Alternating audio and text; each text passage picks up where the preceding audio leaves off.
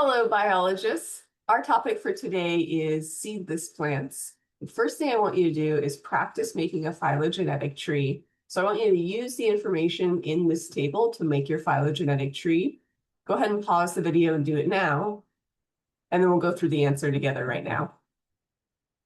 So I like to start with the newest organisms. So it's going to be in the bottom right here. In this table, we have the green plants. All alone in this is the charophytes. Those are our most ancestral. Then we have the green land plants. That's everyone here. It can be broken into two groups, non-vascular and vascular. In the non-vascular, we have the bryophytes. In the vascular, we have three difference. We have seedless plants. Those are going to be the lycophytes and the pterophytes. And then we have our seed plants, which are sponatophytes. So I'm going to draw my tree. I'm going to make it an angled one. And up at the top, I'm going to have my sister taxa, which is our seed plants. I'm going to put a G for gymnosperms and an A for angiosperms. What do these two have that the rest don't? They're going to have seeds. So I'm adding that character below this part of the phylogenetic tree. So forgive my handwriting because I am using my mouse and it's never the prettiest. So seed plants right here. Now we're going to have seedless plants. So here's seedless plants. I'm going to have two types of seedless plants. I'm going to have the lycophytes. I'm going to put that as LY. And I'm going to have the pterophytes. I'm just going to use a P. Note that these are all roughly on the same plane here because everyone is extant. They are not extinct. What do these four groups have together? Well, those are all vascular plants. So under that branch, under this node right here, I'm going to put vascular, and I'm just going to abbreviate it so you don't have to look at my handwriting. The next group we have is the non-vascular seedless plants. So I'll put a branch up for those. I'm going to have three. So I'll put three prongs at the tip of it. All right, I know that liverworts and mosses are more closely related than hornworts. So I'm going to organize them like this. What do these all have? These are all land plants. So I'm just going to write land. And then I have my outgroup. My outgroup is the charophytes. Charophytes with a big C. And what do all these have in common? These are all green plants. So I'm going to put GP, green plants. Awesome. I hope that the one you created looked pretty similar. If you have any questions about how to do phylogenetic trees, email me anytime. I'm going to go ahead and erase this, and then we'll get started on talking about our seedless plants. When we think about seedless plants, we want to compare spores and seeds. So seedless plants are going to be using spores. What are spores? Spores are similar to seeds, but they're going to be a lot less complicated. So spores are going to need water for reproduction. The sperm that is used to produce spores is going to be flagellated, so that's why it needs the water. It's going to swim through there. In spore plants, you're going to have lots of propagules, lots of attempted offspring, and a low investment in each. And the spores itself do not contain nutrients or protection. If a spore lands somewhere, it must germinate there. It's not going to get dispersed by an organism. In contrast, seed plants are not reliant on water for reproduction. Many of them still use it. Sperm are mostly not flagellated, but some are. You're going to make fewer attempts at offspring with a higher investment in each. The seeds protect and provide nutrients to the developing embryo, and these can be dispersed by wind or water or animals, so they don't have to land where they're going to germinate. They can be moved. When we think about our land plants, we have to think about the difficulty they had moving from water to land. So in water, you never dehydrate. Gravity isn't such a big deal, and UV radiation isn't as hard. So when you want to move onto land from water, you have to overcome dehydration, the arid environment, the stress of gravity, the UV radiation from the sun burning you. And now you don't have a nice substrate to release your sperm into to get to the egg. And so you have to figure out how to disperse your cells through the air or use an animal later or an insect later instead of the water, which is just there for you to use. So here we have some nice chlorophyta growing on a rock, green algae. We think the original plants that moved onto land from water were in the intertidal zone, so they had periods of wet and periods of dry. We have lots of non-vascular plants. The early ones that moved onto land were also non-vascular. A vascular system developed later. We'll talk about the non-vascular plants first and then the vascular plants. If you're non-vascular, you have to rely on osmosis to move water around inside your body. And so you can only be a few inches tall. You can't get tree-sized and hope that osmosis is going to move water up to your leaves. So having these small little things gives you an advantage because you're lower to the water level. You won't dehydrate as easy. Over time, we're going to get vascular tissue, xylem and phloem, and we'll talk about that in detail. Another thing that is a good protector from dehydration is a cuticle. Much like your skin prevents you from dehydration, plants have a layer of wax outside that prevents them from dehydration. Here we have a model of a plant leaf. At the top, we have the epidermis. At the bottom, we have the epidermis, and a waxy layer, like an oily, waxy coating, will be on the outside to prevent desiccation. We're also going to have stomata. So stomata are these little tiny holes. This is what one looks like in the microscope. Here is the on the model. And this little tiny hole allows your plant to breathe. So we're going to take in carbon dioxide, release oxygen, and it's going to happen through this little tiny airspace. But the invention of these stomata were great because now when you start to lose water through here, because every time you breathe, you lose water, you know your breath is wet, you've blown against a window and seen all the condensation. It's true for plants too. When they're exhaling and inhaling, they're losing water as well. So these little stomata can close when you get too dry. And so that's nice because it helps you retain your moisture while still taking in carbon dioxide. We also have plants that are developing flavonoids. Those are going to help prevent UV burns, so sunburns essentially. But they're also later going to develop into all sorts of flavonoids that we need as micronutrients in our food. So many of them were poisonous originally and still are poisonous today, specifically alkaloids. If you break a plant and it starts to exude a milky substance, that's often an indicator that it's toxic. Not always, but often. And so that's usually an alkaloid substance. We still have a lot of plants that produce those, but those flavonoids can be good and bad, originally derived for UV protection.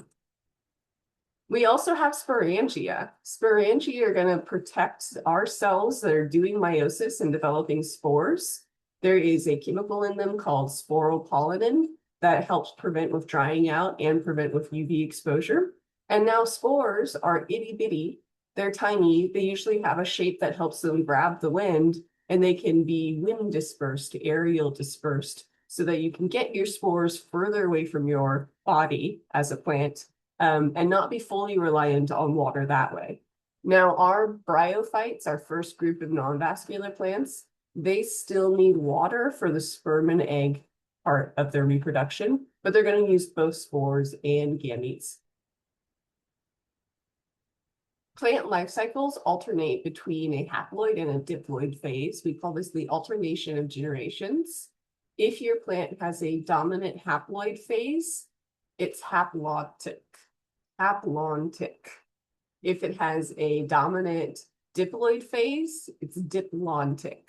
Diplontic. Those are very hard words for me to say. Go ahead and say them to yourself. But they work with the vocab, right? Because diploid, diploid. So that makes sense at least. Most of these plants are going to do this. In our bryophytes, we're going to have a gametophyte dominant phase. What does that mean? This is our gametophyte right here. So this is our life cycle diagram. In the yellow is going to be haploid. In the green is going to be diploid, and we have a dividing line right here.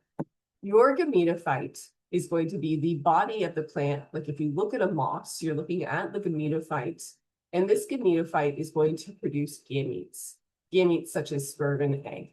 These gametes are going to fuse. When you have haploid gametes fuse, you create a diploid zygote. So now we're in the diploid phase. This diploid zygote will grow via mitosis, and its body is called the sporophyte. In higher types of plants that produce seeds, you're going to see sporophyte dominant. So if you look at like a rose bush, that's the sporophyte that you're observing. This little sporophyte is going to do meiosis, and it's going to produce spores. Those spores are going to land somewhere and they're going to germinate. And as they germinate, they're going to grow via mitosis into the gamete. So this gametophyte here is haploid, the sporophyte is diploid. Switching between the two is called alternation of generations. This slide says the same thing, so we'll move past it and we'll get right into our bryophytes. So bryophytes are non-vascular land plants. These are the plants that we know and love, mosses. So there's two other types in here too, but this cushion moss that's really common in our area is one of my favorite types of plants because it just looks so luscious. There's about 25,000 different species of moss. They live mostly in damp habitats. They do not have wood, and we refer to lignin as wood. So lignin is the molecule that makes wood woody. Mosses do not form wood, so they do not have lignin, and they don't have any true vascular tissue, hence why we call them non-vascular plants. They need water to circulate all of their nutrients and to hydrate their tissues. And they have little conducting cells, but they don't have true xylem and phloem. In our bryophytes, the gametophyte is dominant.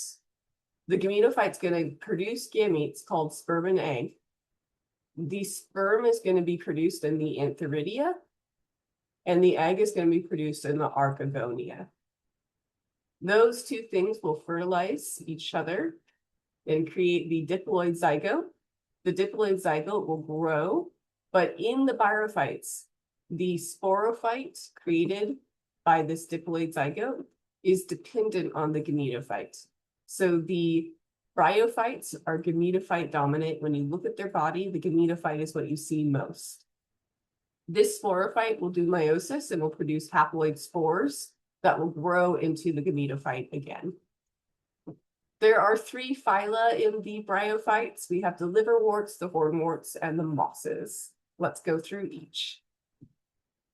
The liverworts are more closely related to vascular plants than the other two. So they have adapted to terrestrial environments. They've been found pretty much everywhere. They have a high diversity. There's about 7,000 species, and they have this distinct lobe-shaped thallus. Thallus means body, and lobe is this like little roundy parts here. So this is a distinctive lobe-shaped thallus. They can reproduce asexually using gymme cups. Singular is gemma, plural is gymme. So this little half moon right here has little tiny round pieces of the thallus that have broken out. And when rain splashes into this and knocks these little round gemma cups around, these little sacs will splash out and they will reproduce into another liverwort. So this is a type of fragmentation. All of these little sacs are genetically identical to the parent plant. So they are creating clones essentially. But these are called gemma cups. They're really cute to see in person. Our liverwort has root-like structures. They're called rhizoids, but they're not true roots because they can't conduct things. And it does gas exchange, but it does it with its passive little body because it doesn't have any vascular tissue. The liverwort life cycle is pretty awesome. We're going to have distinctive structures in the liverworts. We're going to have these little palm tree shaped archegonia, and we're going to have umbrella shaped antheridia. Let's start here. This is the lobe shaped thallus. You can see a couple gemma cups being represented. So those are for asexual reproduction. This lobe shaped thallus is the gametophyte. So this is all haploid tissue. This is the major structure that we see. When this thing is ready to reproduce, it will put up little archegonia on these palm tree structures. Up in the armpits of the palm tree is where the archegonia are, and inside the archegonia are eggs, because the gametophyte produces gametes. In another little liverwort, there will be an antheridia that looks kind of like an umbrella. Up at the top of the antheridia, you'll have little packets of sperm. And then imagine a raindrop landing right on top of this whole thing, because these are small structures. Now I can release my sperm into the water and it will swim over to the archegonia and it can fertilize the egg. That's what we're looking at up here. I have the sperm, which is shown in red with two flagella. That sperm swims over to the archegonia. It swims up this tube and it gets to the egg in the archegonia and it will fertilize that egg. In fertilization, I now have my diploid phase. So this embryo will grow into the sporophyte, but the sporophyte is small and it's retained on the gametophyte. That's what we mean when we say this is gametophyte dominant. So here my little sporophyte has grown into this structure with a little projection called a seta that's like a stalk. Inside of the sporophyte, I have done meiosis. I am producing haploid spores. Those haploid spores will be released. They will fly around in the water and they will land somewhere and they will germinate root first and then into a little tiny gametophyte body. And that little gametophyte body will grow into a larger thallus, which will reproduce with archegonia and antheridia, and the full process starts again. So everything here is haploid except for the embryo that grows into the sporophytes, which releases spores. So the sporophyte is reduced. Now let's talk about hornworts. Hornworts' bodies look like liverworts, but instead of having those palm tree and umbrella shapes, hornworts produce these horn structures. I think they kind of look more like swords. They're always straight like this. Here's an immature one. You can see that it's turning brown on top. That's because when it gets older, it cracks in half and opens up. So where it's turning brown is where it's releasing spores. Think it's dividing like the way a peanut breaks into two, or you split edamame into two. Here is how the hornwort reproduces. I've got my phallus. This is my gametophyte, so this is haploid. And on my phallus, I have these little pockets. In these pockets, my gametophyte is producing gametes. So here I have one showing an antheridium. Antheridium produce sperm. We still have two flagella on this sperm. Over here in this one, we have an archegonia. The archegonia has an egg. You are going to get a drop of water on this liverwort, so it could be dew or fog, whatever. And that will allow the sperm to swim through water over to the archegonia, to swim down this tube and to fertilize this egg. Once this egg is fertilized, you'll start to grow the sporophyte out through this hole. So here is the developing sporophyte growing through where the archegonia was sitting. So it grows right on top of the spot where fertilization happened. This sporophyte is diploid. The sporophyte will produce spores via meiosis. It'll split open, that's what's being shown right here, and it will release the spores into the air. Here's a zoom in. So this is the gametophyte tissue on the outside, and then here is your sporophyte tissue inside of this darker green line. This is the foot. The meristem is where you're going to have growth, and then you're going to have a supporting bar in the center called the columella. Inside this, covered with this little round protector, you're going to have spores being produced. And these spores are kind of square shaped or kind of cuboidal. When this splits open, the spores are going to be released. They're going to fly through the water. They're going to land somewhere, and they're going to grow this first little structure that we call a protonema. So that little structure will develop. It'll grow into the gametophyte, and you will have the whole process start again. Mosses are our last bryophytes. Instead of having a flat body, a flat phallus, they have this convoluted gametophyte. So all this green tissue you see is the gametophyte of moss. It's fluffy, it's soft, it's feathery, it's really fun to pet. So it's no longer a flat little structure, it's this complex. Looks like it has leaves, but it's not true leaves, they're little tiny leaflet structures. And that is where all your photosynthesis is going to be happening. All of this is gametophyte, except do you see these little brown projections, these little brown dots coming out the side? Those are your sporophytes. So here we have the moss. It's gametophyte dominant. When it's fertilized, the gametophyte will retain the sporophyte. So this green part is the gametophyte. This brown part up here is the sporophyte. At the cap up here, this is where we're going to produce spores. You're going to open this cap and the spores will be blown somewhere via the wind. Maybe roll away in a drop of water. They will get out of the area and go disperse somewhere else. When the spore lands somewhere, it will germinate. It germinates into that original structure called a protonema. And from that protonema, we'll get tiny roots, not true roots, so we call them rhizoids. You'll get tiny little gametophyte leaves called buds, and then it'll grow into a full gametophyte, which is where we'll produce our gametes. Here is the full moss life cycle. We have our gametophytes, a male and female gametophyte. We're going to produce our antheridia on the male gametophyte. That's where our sperm is made. We're going to produce the eggs on the female gametophyte. That's where the archegonium is. You'll have a drop of water hit this little gametophyte. The sperm will swim toward the archegonia and it will fertilize the egg. So here we have fertilized zygote right here. So this is now going to develop into our embryo. We are now diploid. That diploid embryo will stay where it is, but it'll grow up and it will produce this stalk with this cap on top.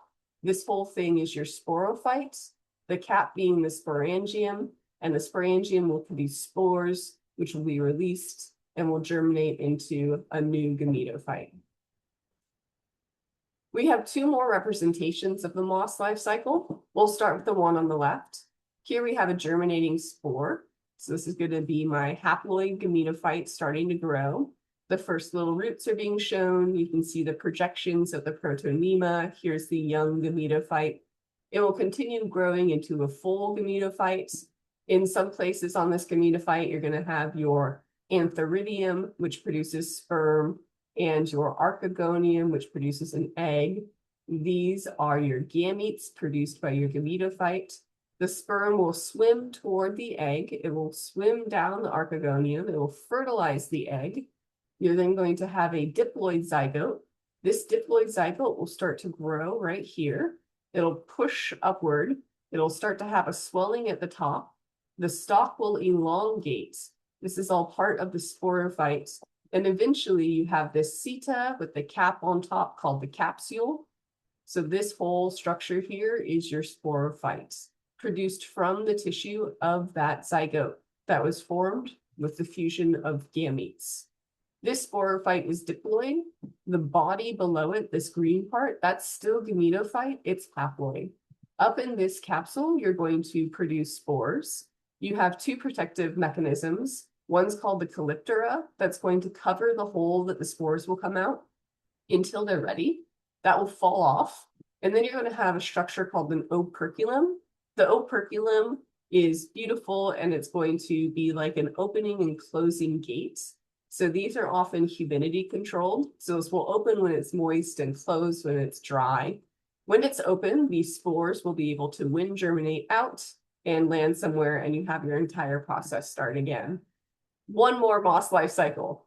Here we have, we'll start with our spore. Here's a spore. It lands somewhere. It germinates into the protonema. The protonema is going to bud little tiny leaves that will become the gametophyte and tiny rootlets that are the rhizoids. It will grow into a young gametophyte and then a mature gametophyte. The mature gametophyte will have little roots called rhizoids and then a body where you're going to do photosynthesis. Note that leaves and stem are in quotes because they're not true leaves or stems because these things do not have vascular tissue. In your gametophytes, you're going to have areas where you produce gametes, sperm, and egg. The male gametes, the sperm, are produced in the antheridium. That's singular. Plural is antheridia. And the female gametophytes, the eggs, are going to be produced in the archegonia. This venter is the name of the neck that's going down to your archegonia. When there is moisture, the sperm will be able to swim to the egg. It will go down the neck. It will fertilize the egg, and you will have a little zygote. That zygote will grow into an embryo. This is now the beginning of the sporophyte. The green tissue is still the metaphyte. It will continue growing up. So this is sporophyte starting to develop the seta and the foot and the capsule. There's a calyptra on the outside, which will protect the spores as they're developing. The green is still the metaphyte. This is going to be sporophyte tissue that's yellow and red. And then here I have my mature sporophyte with the capsule on top covered by the calyptia. You have the seta, and in this capsule is where you're going to produce spores. This is showing the seta and the capsule. It has opened. Here's your operculum. The calyptra has fallen off. Now I can release my spores to the wind. They will land somewhere, and the whole thing will start again. So those were bryophytes. Those were non-vascular seedless plants. Let's talk about the vascular seedless plants. So vascular seedless plants are going to have specialized tissues called tracheids. Those are conducting cells for something, either water or sugar. Xylem is the tissue that's going to conduct water. Xylem is lignified, which means that it has lignin, this really hard polysaccharide in its cells, and that makes it really strong. So lignin is like what makes wood woody. It also makes it impermeable to water, which is good if you're trying to conduct water. Think like a straw, essentially. Phloem is going to use to transport sugars. It's also going to be used to transport proteins, nutrients, minerals, antibodies, everything that your plant needs. It'll have two types of cells, supporting cells and sieve elements that are going to allow sugar to use osmosis and tenacity level, like hypertonic or isotonic, to conduct those sugars around the plant. We're also going to have a bunch of other cells called parenchyma, which are supporting tissues. So go ahead and say this word to yourself, parenchyma. It's a great word. This celery is cut so that you can see the vascular tissue inside the celery. I use celery because we're all used to those strings in celery, but note that it is a seed plant and it doesn't belong in this group that we're discussing. It's just a really nice visual. Our seedless vascular plants are going to have two types of leaves. We're going to have microphylls and megaphylls. They're not going to be more complex than that. Microphylls are going to be small with one central vein, and megaphylls are going to be bigger and they're going to have more complex veining, branching veining. So here's two different images for you. We have microphylls and megaphylls, not true leaves. We're also going to take some of those little leaves and we're going to modify them to bear sporangia, where we produce our spores. If we take those leaves and modify them to bear sporangia, we then call them sporophylls. If you take a bunch of sporangia together and cluster it, we call it a strobili, and that basically means a cone. So here is a sporangia that's showing you all the different types of little spore-producing regions on the back of a fern. And here is a strobili from a pine tree. Pine tree are seed-bearing organisms, so not in this group, but I wanted to show you a pine cone because that's basically what a strobili is it's a cone. Our phylum Lycopodiophyta are the club mosses. These club mosses are the earliest of the seedless vascular plants. The sporophyte is now dominant. So in our non-vascular, gametophyte was dominant. Now sporophyte is dominant. The sporangula are clustered up at the top of the plant here, and they are in strobili. So these are basically cones up at the top. Someone thought they looked like clubs, so this is why it's called the club moss. It has a structure like a moss that kind of looks like a moss gametophyte, but this is all sporophyte. So these are sporophyte dominant. That means that these are diploid, not haploid. There's about 1,200 species of the club mosses. Then we have Equisetum. These are the horsetails. It's in phylum Monophyllophyta. These horsetails are really common in our area in the Pacific Northwest, and that's because they thrive in wet environments. We only have one genus left, and that's Equisetum. Equi refers to horse, so equestrian, Equisetum, horsetails, because it kind of looks like the tail of a horse if you use your imagination. Horsetails have a photosynthetic stem that's jointed, which means if you take it and you pull on it, it'll pop apart. It also has this primitive branching pattern where all the leaves come out in a whorl. And it has cell walls that are impregnated with silica. It's basically glass. So this is really abrasive and really rough. It's often called the scouring brush because you could use it to scrape out pans. And I've had students sit there and remove their nail polish with it. So it's a really rough glass-filled cell wall. Our Equisetum only has 3 species. Next, we have the whisk ferns. The whisk ferns have these bright green stems, and then it has these knobby sporangia. So these little sporangia here are notable, usually yellow, sometimes kind of greenish. They don't have roots or leaves, but we think that they used to, and they lost them over time. We call that a reduction. Based on DNA, we now think that whisk ferns are more closely related to regular ferns, which is our next group. We have our traditional ferns. They're probably the most recognizable of all the seed plants, especially in our area. The Pacific Northwest has tons of ferns. They can live in dry environments, but they mostly live in moist, wet, shady areas.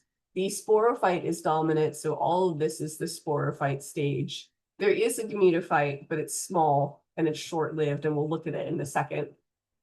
These sporophytes have modified leaves called fronds, and they are compound, meaning that they're made of little leaflets. So this is one frond, the whole thing, and these are your frondlets. There's about 20,000 species of fern. Our ferns can be tall, they can be tree ferns. So this one's about 15 feet tall in a botanical garden, or they can be regular ferns, which means they're basal and they don't have a central trunk. Our ferns are also one of the great places to see fractals in nature. Fractals are infinitely complex patterns that are self-similar, which means they're self-repeating. So if you look at this Romanesco broccoli, this pattern here is the same as this pattern here, but getting smaller and getting smaller and getting smaller and getting smaller.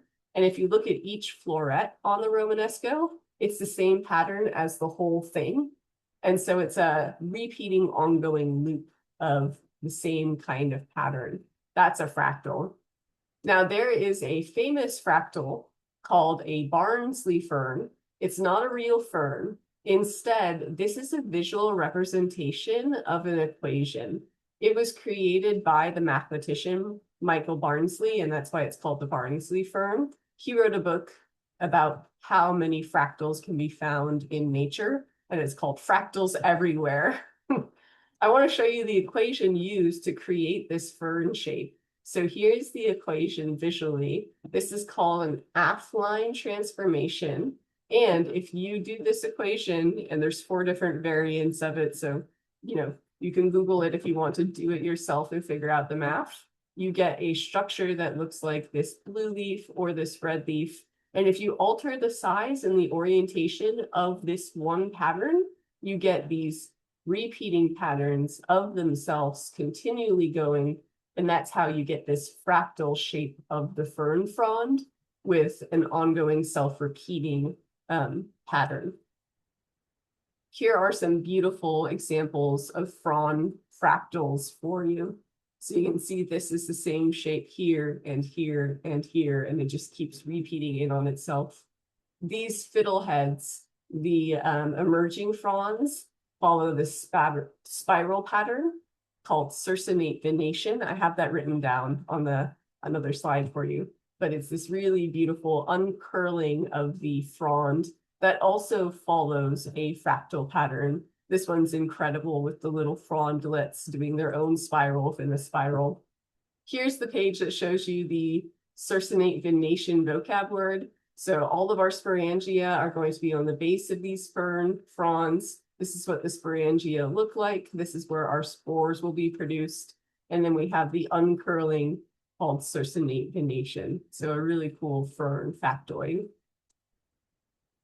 In our fern life cycle, the gametophyte is heart-shaped and it is small. It is short-lived.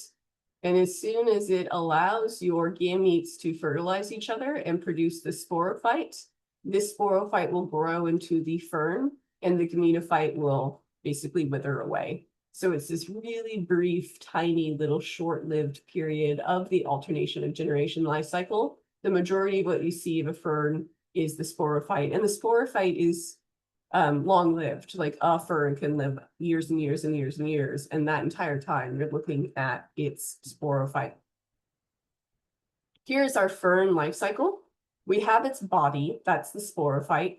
On this fern frond, there are sporangia. Those are called sori. So each one of these yellow dots is a sori. In those sporangia, we're going to be producing spores. Those spores are produced during meiosis. So we've taken a diploid organism and we've created haploid spores. Those haploid spores will disperse via the wind. They will land somewhere. They will germinate. They will grow via mitosis into the gametophyte. This heart-shaped thing is the gametophyte. The gametophyte is short-lived. It is haploid. On the surface of the gametophyte, embedded into its thallus, you're going to have antheridia that produce sperm. Fern have lots of little projections on their sperm. You're also going to have archegonia producing the egg. The sperm will swim to the egg. It will fertilize the egg. It will grow into a zygote, and it will start to do mitosis to grow into the sporophyte body. If we look back at the gametophyte here, we've seen that this archegonia was fertilized. The zygote is growing into the sporophyte. So this is a baby fern that was created from the fusion of two gametes growing out of the gametophyte. This is diploid. This is the sporophyte. This is what will become the body that we think of as a fern. I have a reading recommendation for you. There's a book called Gathering Moss, A Natural and Cultural History of Moss. It's by Robin Weil-Kimmerer. She is an amazing author. She's won a ton of awards. She also wrote Braiding Sweetgrass, which if you haven't read that yet, highly recommended.